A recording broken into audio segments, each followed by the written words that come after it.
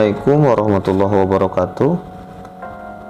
Pada kesempatan kali ini kita akan belajar di kelas 8 bab yang pertama, yaitu materi pelestarian alam dan lingkungan.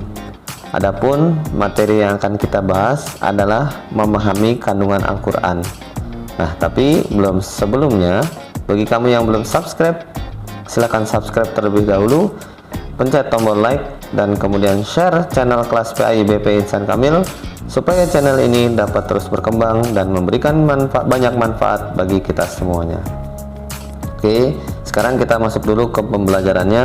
Nah, di sini ada surat Ar-Rum ayat yang ke-41 dan juga surat Ibrahim ayat ke-32 dan surat Az-Zukhruf ayat yang ke-13.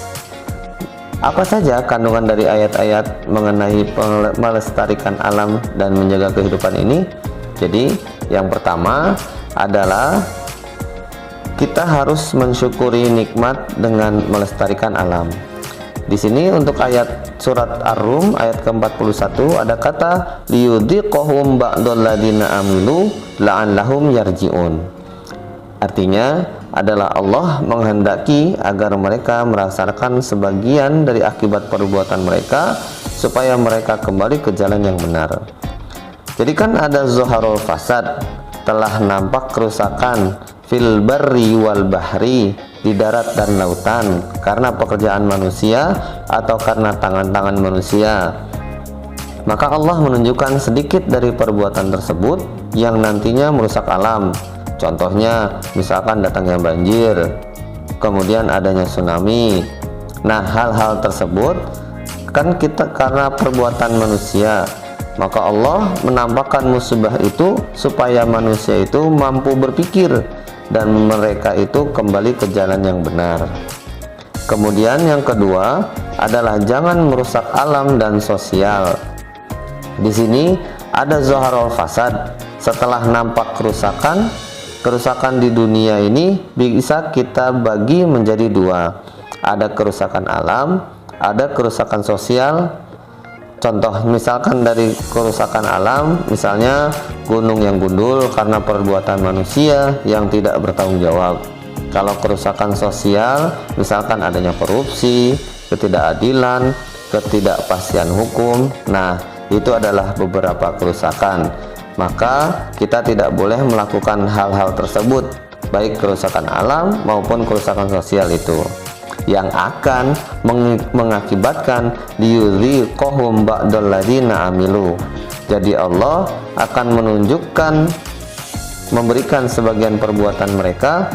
Jadi Allah akan mendatangkan beberapa musibah kalau kita memaksakan untuk selalu berbuat kerusakan.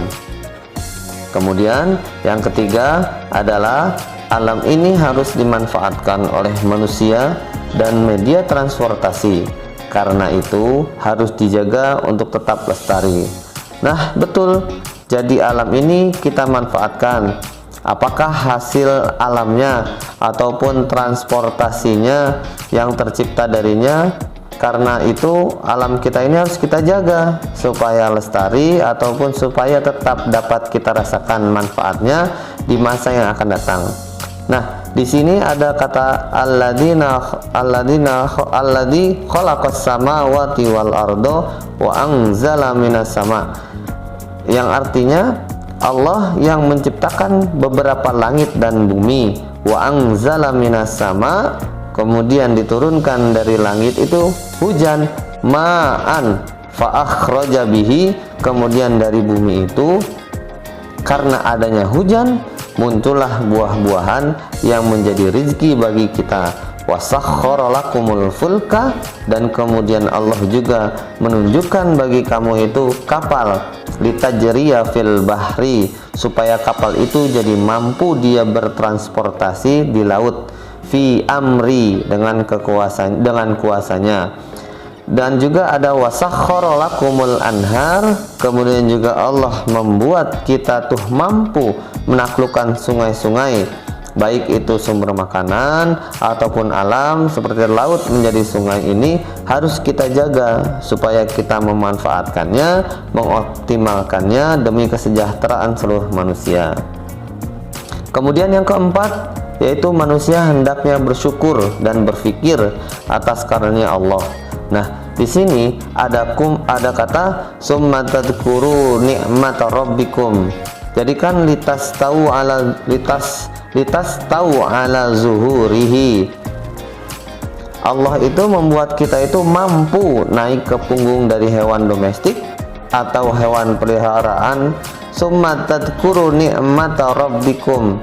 Maka itu membuat kita tuh harus mampu berpikir, mampu mengingat nikmat Allah yang telah Allah berikan kepada kita, bahwa Allah itu sudah sangat sayang kepada kita, bahwa alam dunia ini sudah diberikan kepada kita untuk kita manfaatkan dengan sebaik-baiknya. Maka kita harusnya berpikir dan harus mampu bersyukur atas karunia Allah yang Allah berikan kepada kita.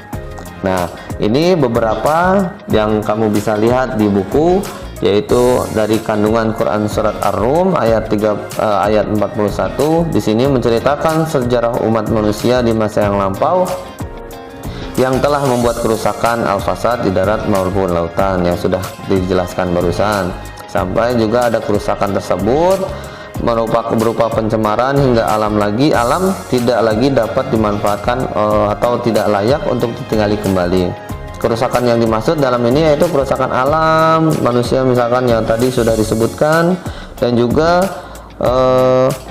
melarang membuat kerusakan terhadap lingkungan karena dampak buruk dan menimpa kehidupan umat manusia. Perintah kepada umat manusia kita semuanya khususnya untuk menjaga dan melestarikan lingkungan, dan juga menjaga dan melestarikan lingkungan menjadi tanggung jawab bersama. Kemudian Quran surat Ibrahim kandungannya yaitu menegaskan bahwa Allah yang telah menciptakan langit dan bumi dengan segala keteraturan serta fungsinya masing-masing. Langit yang tak terhingga luasnya dan benda langit tak terhitung jumlahnya, semua taat dan patuh mengikuti ketentuan Allah Subhanahu wa taala dengan berjalan dan bergerak pada garis edarnya masing-masing.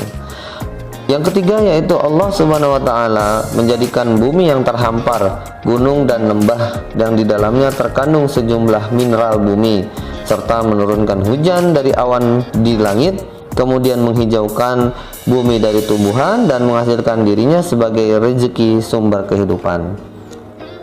Kemudian ada kandungan dari surat Az-Zukhruf ayat 13, yaitu Allah Subhanahu wa taala telah menundukkan alam semesta sehingga manusia dapat memanfaatkannya. Oleh karena itu, hendaklah manusia mengingat nikmat yang Allah karuniakan yang telah dikaruniakan Allah. Yang kedua, Allah juga menciptakan hewan yang dapat dimanfaatkan oleh manusia, menyayangi hewan dan oleh manusia sebagai bahan makanan ataupun transportasi. Kemudian juga yang ketiga, perintah untuk memperlakukan hewan dengan baik, seperti senantiasa menyayangi hewan dan melestarikannya. Yang keempat yaitu kewajiban bagi kita semuanya untuk menjaga alam dari kerusakan manfaatnya dengan tetap menjaga martabatnya sebagai ciptaan Allah Subhanahu wa taala. Melestarikannya ini kita bisa sebisa mungkin dan juga mensyukuri nikmat Allah Subhanahu wa taala dalam bentuk perbuatan nyata. Nah, ini saja pelajaran kita pada kesempatan kali ini. Terima kasih karena sudah mau menyimak. Jangan lupa tetap semangat, tetap sehat selalu belajar agar kita tercapai cita-citanya. Terima kasih. Wassalamualaikum warahmatullahi wabarakatuh.